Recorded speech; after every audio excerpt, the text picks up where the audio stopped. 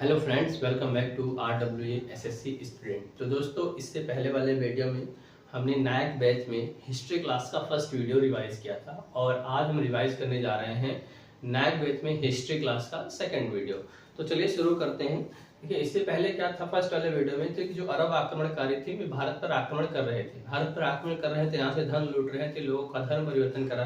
तो क्या कोई उनका विरोध नहीं कर रहा था? जब अरब आक्रमणकारी भारत पर आक्रमण की तो उस वक्त भी विरोध हुआ, लेकिन बहुत मजबूती से उनका विरोध नहीं हो पाया। फिर उसके बाद में मतलब उसी वक्त विरोध नहीं हो पाया, तो उसी वक्त फिर एक और संगठन बना। कौन बना?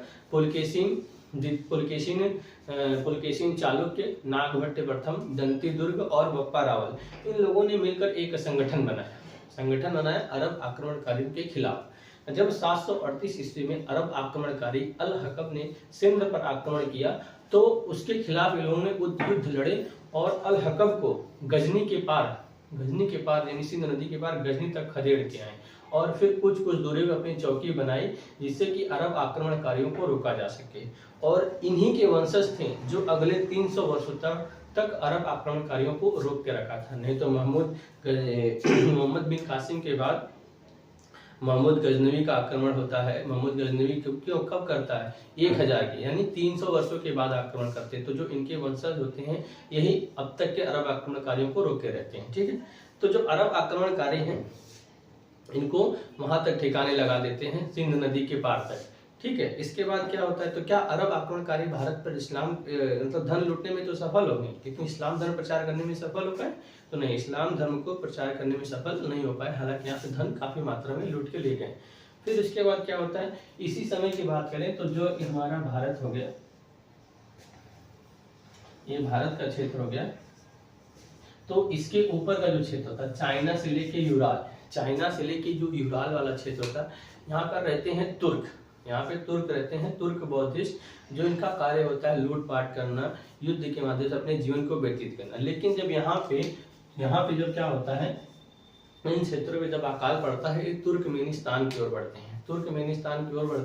तो इनका संघर्ष होता है अरबों के खिलाफ, अरब के खिलाफ संघर्ष होता है, अरबों से इनका युद्ध होता है। तो तुर्क युद्ध हार जाते हैं। जब युद्ध हार जाते हैं तो वे अरब की अधीन हो जाते हैं और धीरे धीरे क्या इस्लाम धर्म को स्वीकार करते हैं, उनके गुलाम हो जाते हैं। गुलाम जब रहते हैं तो उसी दौरान क्या होता है कि धीरे धीरे पदोन्नति होती है और सरदार भी। इन्हीं तुर्कों में से तुर्क मुसलमान हो जाते हैं। अब इन्हीं तुर्कों में से जो यही तुर्क होते हैं, इन्हीं तुर्कों में से एक वंश उभर के आता है, यामिनी वंश या फिर गजनी वंश, जिसे हम कहते हैं।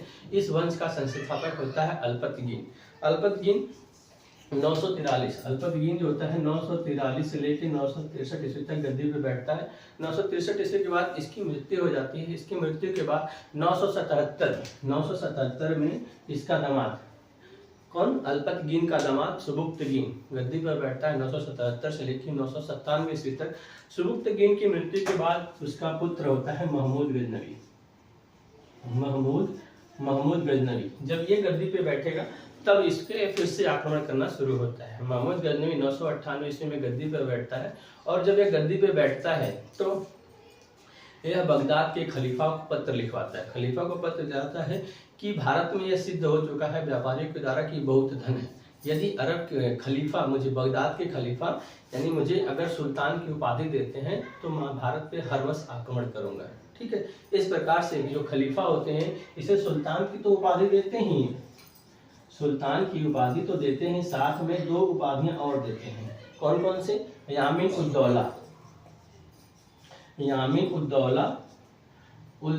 उद्दौला, जिसका अर्थ होता है साम्राज्य का दाहिना हाथ, और एक और उपाधि देते हैं यामिन उल बिलाह, जिसे उपाधि देते हैं जिसका अर्थ होता है मुसलमानों का संरक्षक। तो महमूद गजनवी को जब ये 2-3 सुल्तान के साथ साथ 2 अन्य उपाधियां मिलती हैं तो ये क्या करता है, महमूद गजनवी भारत पर आक्रमण करने की शुरू कर देता है। 1001 से लेके 1025 तक, 1001 से लेके 1027 तक भारत पर कुल यह कितने 17 बार आक्रमण करता है।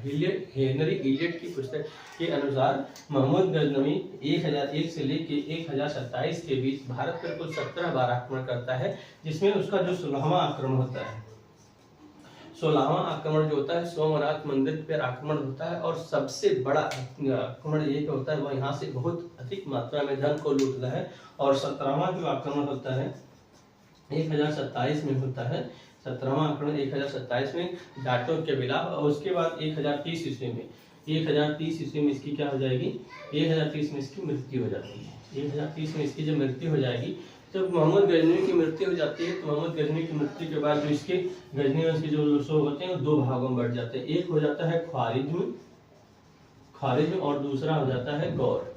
ठीक, तो जो ये ख्वारिज्म होते हैं अरब की ओर चले जाते हैं, और जो ये गौर होते हैं ये बाद में इसी गौर प्रदेश बनता है। इसी प्रदेश से निकलता है मोहम्मद गौरी, इसी प्रदेश निकले मोहम्मद गौरी निकलेगा जो फिर इसके बाद भारत पर आक्रमण करता है। तो अब यहाँ पे क्या होता है, मोहम्मद गजनवी की मृत्यु हो जाती है। मोहम्मद गजनवी की मृत्यु हो जाती है, चलिए इसके बारे में देखते हैं। इसके समय में इतिहासकार कौन कौन थे। तो इसके दरबारी कवि था उतबी, मोहम्मद गजनवी के समय का दरबारी कवि था उतबी, जिसने किताबुल यामिनी लिखी थी। इसी के समय का एक और इतिहासकार है फिरदौसी, जिन्होंने कौन सी पुस्तक लिखी, शाहनामा। फिरदौसी को पूर्व का हुमर भी कहा जाता है। शाहनामा इन्होंने फारसी भाषा में लिखी, जिसे ईरान का महाकाव्य भी कहते हैं। इसी समय का इतिहासकार है अलबरूनी, जिसने कौन सी किताबुल हिंद लिखी और तहकीय-ए-हिंद लिखी। किताबुल हिंद को इंग्लिश में अनुवाद 1888 में एडवर्ड साची ने किया, और हिंदी में अनुवाद किसने किया था, रजनीकांत शर्मा ने किया था। और अलबरूनी ही पहला मुसलमान था जिसने क्या किया था, पुराणों का। अलबरूनी ही पहला मुसलमान था जिसने पुराणों का अध्ययन किया था। अलबरूनी कहाँ से आया था, उज्बेकिस्तान से। उसी के समय का एक और लेखक, मोहम्मद गजनवी के समय का एक और लेखक में बैहाकी एक और लेखक में, और इन्होंने एक पुस्तक लिखी तारीख-ए-सुबुक्तगीन एक पुस्तक लिखी बैहाकी ने। तो इतनी सारी जो जानकारी जो मिलती है मोहम्मद गजनवी के बारे में, इन्हीं इतिहासकारों के माध्यम से सारी जानकारी मिलती है। तो आज की क्लास में बस इतना ही हमें रिवीजन करना था। बाकी आगे वाली क्लास में देखेंगे मोहम्मद गौरी के बारे में कि ये भारत पर आक्रमण कैसे करता है और क्या इसकी नीतियाँ रहती हैं, कब ये सफल होता है, आगे क्या होता है। तो अगर वीडियो आपको पसंद आता है तो वीडियो को लाइक करिएगा और चैनल को सब्सक्राइब करिएगा। मिलते हैं नेक्स्ट वीडियो में, तब तक के लिए जय हिंद, जय भारत।